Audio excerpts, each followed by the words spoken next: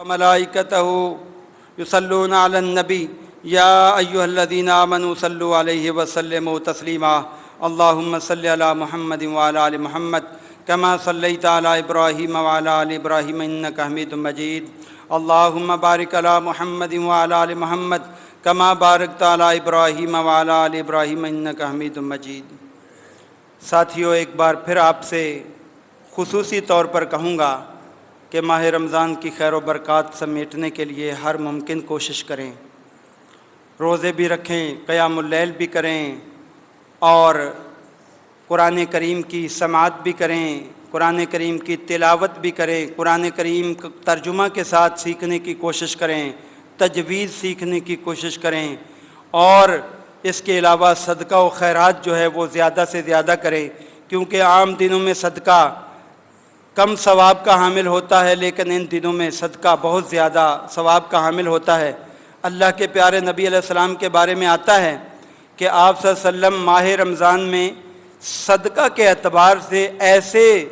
بڑے سخی بن جاتے تھے کالریح المرسلہ، جیسے تیز آندیاں چلتی ہیں، تیز ہوائیں چلتی ہیں تو وہ سب کچھ اڑا کر لے جاتی ہیں۔ مطلب یہ کہ آپ زیادہ سے زیادہ اللہ کی راہ میں صدقہ دیا کرتے تھے، اور یاد رکھیے صدقہ دینے سے مال میں کمی نہیں ہوتی، بلکہ اللہ تعالیٰ اور بڑھاتا ہے۔ ما نقصت صدقۃ من مال، صدقہ دینے سے مال میں کبھی کمی نہیں آئی۔ آپ حضرت عثمان غنی کی مثالیں پڑھ لیجئے، آپ عبد الرحمن بن عوف کی مثالیں پڑھ لیجئے، بڑے صدقے دیے انہوں نے، بڑے، لیکن کچھ بھی کمی نہیں آئی۔ اللہ کا وعدہ سچا ہے، اس لیے رمضان کے مہینے میں زیادہ سے زیادہ صدقہ و خیرات کیا کریں، اور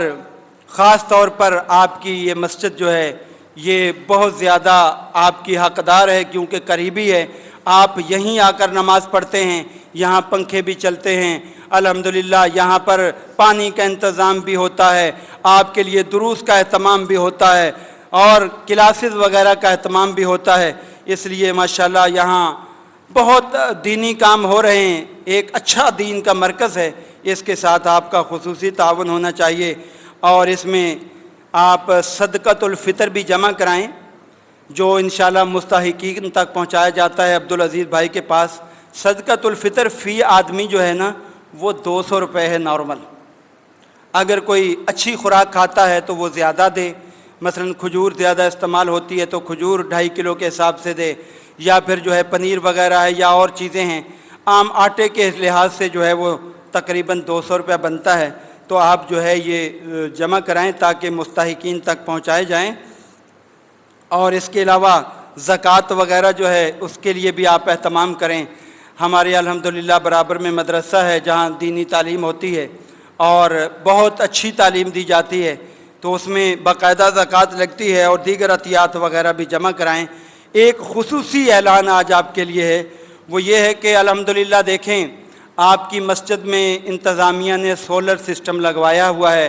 لائٹ چلی بھی جائے تو اللہ کے فضل و کرم سے ہمیں پرابلم نہیں ہوتی،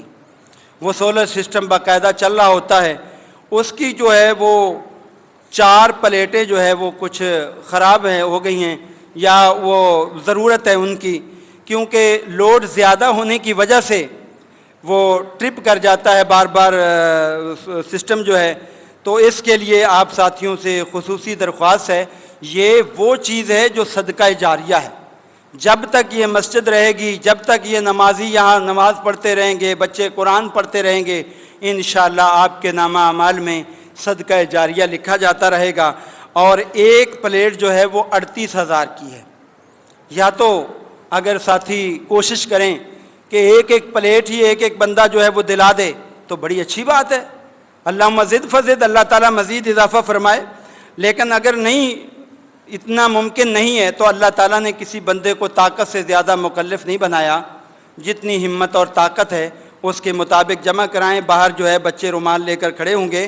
کوئی بھی بھائی خالی نہ جائے، یہ بڑا اہم موقع ہے، اور میں ان تمام بھائیوں کے لیے ہمیشہ دعا گو رہتا ہوں جو اس مسجد اور مدرسے کے ساتھ تعاون کرتے ہیں، کہ اللہ تعالیٰ ان کو صحت تندرستی عطا فرمائے،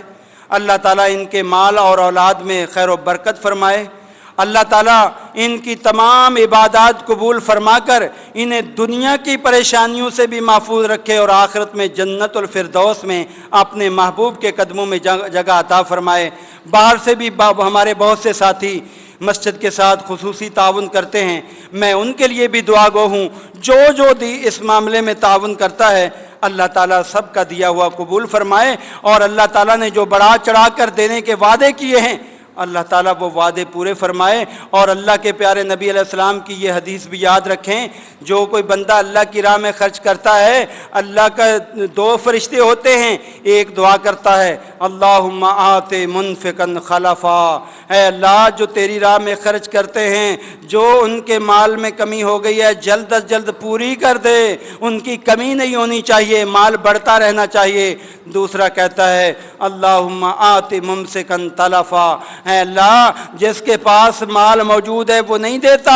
اے اللہ اس کا مال تلف کر دے۔ اب تلف کا مطلب کیا ہوتا ہے؟ تلف کا ایک مطلب ہے کہ مال چھن جائے، ڈاکو لے جائیں، جل جائے یا تباہ ہو جائے، اور دوسرا مطلب ہوتا ہے مال ایسی جگہ پر لگ جائے جہاں کوئی ثواب ہی نہ ہو۔ مال ایسی جگہ پہ لگ جائے جہاں کوئی ثواب ہی نہ، الٹا ہو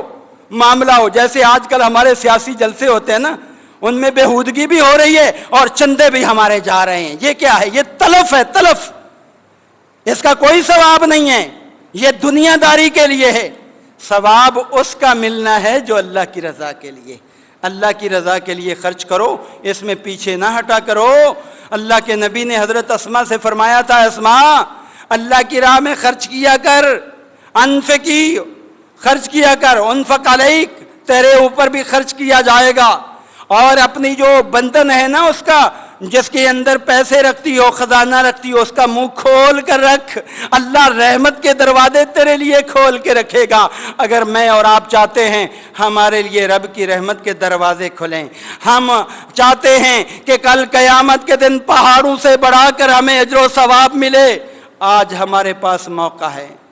آج ہمارے پاس موقع ہے، اس کو ضائع مت کیجئے۔ کوئی بھائی بھی خالی نہ جائے، کوئی بہن بھی خالی نہ جائے۔ اللہ کے پیغمبر کے دور کی یاد تازہ کر دیجئے، آپ نے جب صدقے کا حکم دیا عورتوں کے پاس اور کچھ دینے کے لیے تیار نہیں تھا، اللہ پر اتنا یقین تھا، اللہ پر اتنا اعتماد تھا کہ اپنے کانوں کی بالیاں، اپنے جو ہے ناک کے جو ہے وہ زیور، اپنے جو ہے یہ گلے کا زیور اتار اتار کر بلال کی جو ہے وہ جھولی کے اندر ڈال دی۔ اور جب محبوب کبریا نے دیکھی حیران ہو گئے، یہ وہ لوگ ہیں کہ جنہوں نے ان اللہ اشترى من المؤمنین انفسهم واموالهم بان لهم الجنہ، یہ وہ لوگ ہیں جنہوں نے جو ہے اپنے مالوں کے ذریعے، اپنی جانوں کے ذریعے خرید لیا ہے رب کی جنت کو، یہ جنت کو پا کر رہیں گے۔ اللہ تعالی ہمیں بھی ان کی طرح ہمارا دل بھی بنا دے، ہمارا ذہن بھی بنا دے، ہمارا عقیدہ بھی بنا دے، اللہ پر توکل اور اعتماد اتنا بنا دے کہ اللہ کی راہ میں خرچ کرتے ہوئے ہمیں تنگ دستی کا کوئی خوف نہ ہو۔ اللہ تعالیٰ سے دعا ہے اللہ تعالیٰ ہمیں اپنی راہ میں خرچ کرنے کی توفیق بھی دے اور اپنی بارگاہ میں قبول و منظور بھی فرمائے۔ وآخر دعوانا الحمدللہ رب العالمین۔